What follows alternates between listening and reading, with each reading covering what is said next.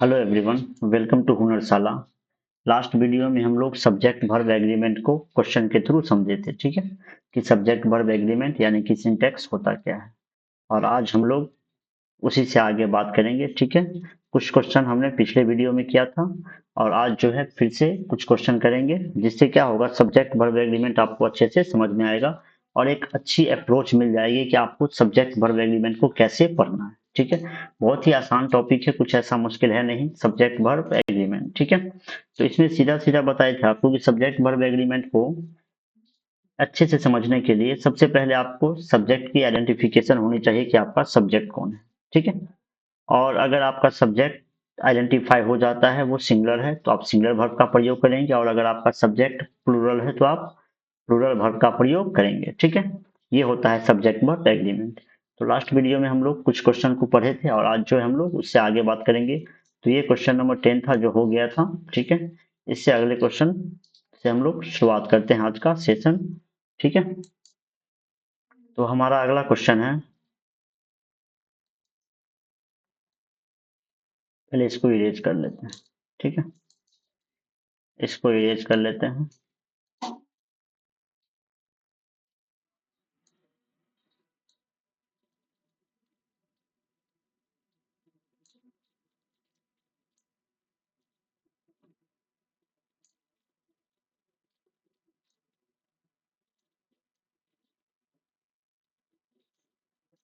चलिए, इसको इरेज कर लिया हमने। तो हमारा क्वेश्चन है, the tax treaty between India and Switzerland have been amended and we shall be able to obtain information about any Swiss bank account by next month। ये हमारा लंबा चौड़ा क्वेश्चन है। ठीक है, और इसमें हमें एरर को पहचानना है। ठीक है, एरर की आइडेंटिफिकेशन करनी है। तो हम लोग पढ़ रहे हैं सब्जेक्ट वर्ब एग्रीमेंट। ठीक है, तो इसमें सबसे पहले हम लोग अपने वर्ब को पहचान लेते हैं। हमारा वर्ब है हैव। ठीक है, ये हैव वर्ब है। अब देखते हैं इसका सब्जेक्ट कौन सा। सब्जेक्ट अगर प्लूरल रहा तो ये सेंटेंस एरर फ्री माना जाएगा, और अगर सिंगुलर रहा तो उसमें हम लोग हैव की जगह हैज का प्रयोग करेंगे। ठीक है, तो आइए, ये हैव से पहले सब्जेक्ट का पार्ट ये वाला इतना लंबा चौड़ा। ठीक है, इतना लंबा चौड़ा हमारा सब्जेक्ट का पार्ट है। The tax treaty between India and Switzerland. इसमें कोई एक ऐसा शब्द होगा जो हमारा सब्जेक्ट होगा। ठीक है, सारे तो सब्जेक्ट हो नहीं सकते हैं, तो कोई एक शब्द ही होगा जो हमारा सब्जेक्ट होगा।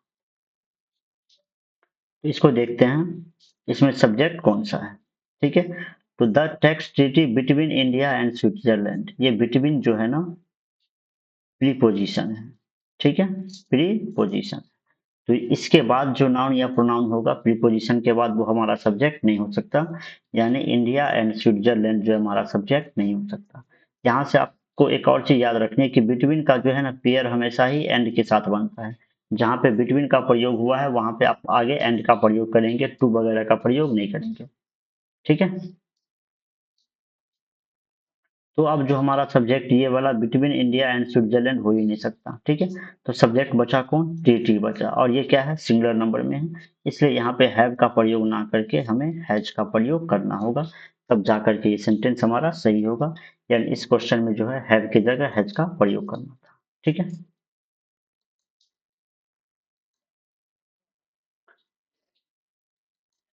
हमारा अगला क्वेश्चन है, the only bad thing about these flowers are the pollen which causes allergy in many people। ठीक है, देखते हैं इस क्वेश्चन को। तो the only bad thing about these flowers, देखिए अबाउट जो है ना, ये प्रीपोजिशन है, और इसके बाद अबाउट के बाद जो दिज फ्लावर्स आया है, ये इस प्रीपोजिशन का ऑब्जेक्ट है। यानी ये हमारा सब्जेक्ट नहीं है। इस आर का सब्जेक्ट बच कौन रहा है, इस आर का सब्जेक्ट बच रहा है थिंग। ठीक है, थिंग से पहले बैड आया है, ये एडजेक्टिव है, ये एडजेक्टिव है। ठीक है, तो हमारा सब्जेक्ट जो है इस आर का बच रहा है थिंग, यानी थिंग जो है हमारा सब्जेक्ट है, जो कि सिंगुलर नंबर में है। तो हमें इसके साथ इज का प्रयोग करना होगा, ना कि आर का। तो यहाँ पे इज का प्रयोग होगा, आर का प्रयोग नहीं होगा। ठीक है, और क्या यहाँ से सीखने को हमें मिलेगा, इज द पुलेन। अच्छा, ये पुलेन क्या है, सिंगुलर नंबर में है, और इसके लिए जो है यहाँ पे व्हिच रिलेटिव प्रोनाउन आया है। ठीक है, ये व्हिच जो है क्या है, ये रिलेटिव प्रोनाउन है। ये किसके लिए आया है, पुलेन के लिए आया है। ये सिंगुलर है तो इसको भी सिंगुलर माना जाएगा। इसके लिए यहाँ पे हमें कॉजेज का प्रयोग देखने को मिल रहा है, यानी V5 मिल रहा है। अगर यहाँ पे कॉज होता तो वो भी क्या होता, गलत होता। तो ये हमारा क्वेश्चन नंबर 11 था। ठीक है, आगे हम लोग मूव करते हैं। अगला क्वेश्चन है मेनी पीपल बिलीव डेट, जो है एक कंजक्शन है, आपको बार बार बता रहे हैं। डेट क्या है, एक कंजक्शन है जो सब ऑर्डिनेटिंग कंजक्शन है। ठीक है, जो सब ऑर्डिनेट क्लॉज को जोड़ता है। मेनी पीपल, देखो ये वाला सब्जेक्ट हमारा प्लूरल है तो बिलीव ठीक आया है, इसमें कोई एरर नहीं है। The nationalisation of banks in the 1960s, have जो है हमारा वर्ब है।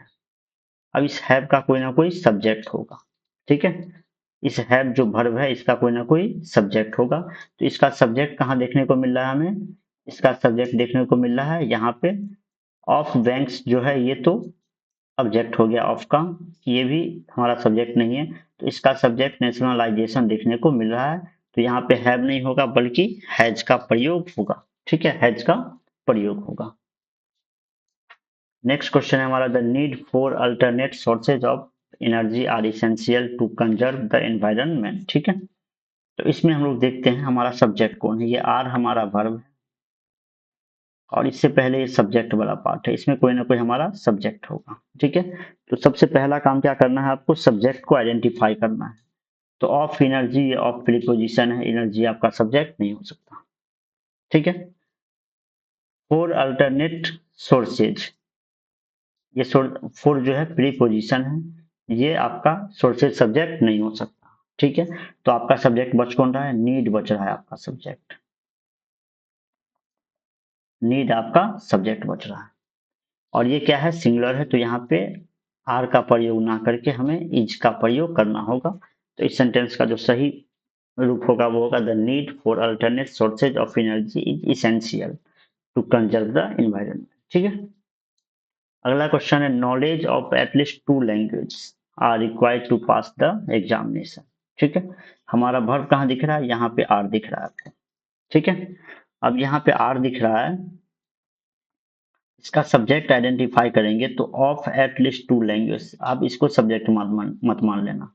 ये ऑफ के साथ आया है यानी ये प्रीपोजिशन है। ठीक है, हमारा सब्जेक्ट बच रहा है नॉलेज, जो कि सिंगुलर नंबर में है, तो यहाँ पे आर का प्रयोग नहीं होगा बल्कि इज का प्रयोग होगा। ठीक है, नेक्स्ट क्वेश्चन है, द यूएस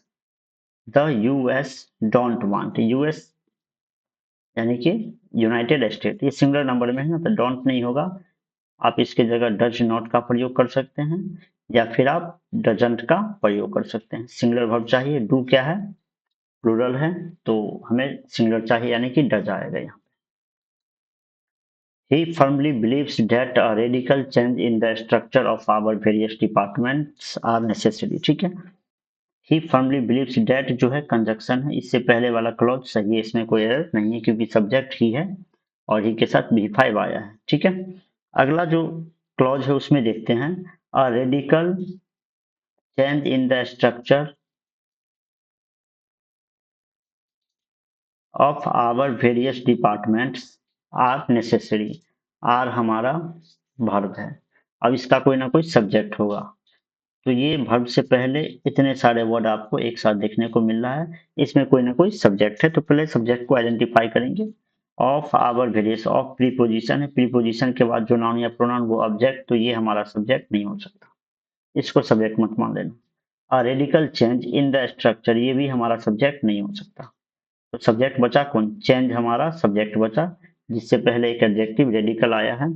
चेंज क्या है, ये सिंगुलर नंबर में है, तो हमें इज का प्रयोग करना होगा ना कि आर का प्रयोग करना होगा। ठीक है, अगला क्वेश्चन है, the success of our efforts depend upon the number of people who actually use the new methods. ठीक है, तो इसमें देखेंगे तो हमारा वर्ब यहाँ पे डिपेंड दिख रहा है जो कि प्लूरल है। ठीक है, अब इसका सब्जेक्ट आइडेंटिफाई करते हैं, तो ऑफ जो है प्रीपोजिशन है, एफर्ट्स हमारा सब्जेक्ट नहीं हो सकता। ठीक है, हमारा सब्जेक्ट है कौन, सक्सेस। इस डिपेंड का सब्जेक्ट कौन है, सक्सेस इसका सब्जेक्ट है जो कि सिंगुलर नंबर में है, तो यहाँ पे डिपेंड का प्रयोग ना करके हमें डिपेंड्स का प्रयोग करना पड़ेगा। ठीक है, फिर आगे देखते हैं, हूँ जो है ना एक रिलेटिव प्रोनाउन है और रिलेटिव प्रोनाउन सिंगुलर होगा या प्लूरल होगा, ठीक है, इसकी पहचान यहां से होती है एंटीसीडेंट से। जो पीपल है प्लूरल नंबर में है तो यहाँ पे यूज का प्रयोग सही है। ठीक है, यानी डिपेंड के बदला डिपेंड्स का प्रयोग होना था इस क्वेश्चन में। In any case no disciplinary action, action हमारा सब्जेक्ट है। ठीक है, इन एनी केस जो है प्रीपोजिशन के साथ आया, एक्शन हमारा सब्जेक्ट है, तो यहाँ पे इज का प्रयोग होगा। अगला क्वेश्चन है flowers that are just picked. देखो फ्लावर्स आया है, उसके बाद डेट आया है। ये डेट जो है रिलेटिव प्रोनाउन है, एडजेक्टिव क्लॉज का काम करता है, किसी नाउन के मीनिंग में कुछ ऐड करने का काम करता है। फ्लावर्स जो, डेट आर जस्ट पिक्ड, तो इस क्लॉज को आप साइड कर लीजिए। ठीक है, तो इस बिगिंस का सब्जेक्ट बचता है फ्लावर्स। ये फ्लावर्स क्या है, प्लूरल नंबर में है, तो यहाँ पे बिगिंस नहीं होगा बल्कि बिगिन का प्रयोग होगा। To root in 15 seconds. ठीक है, तो ये आज का हमारा लास्ट क्वेश्चन था। ठीक है, यहीं पे इस वीडियो को एंड करते हैं, फिर मिलते हैं अगले वीडियो में, तब तक के लिए जय हिंद।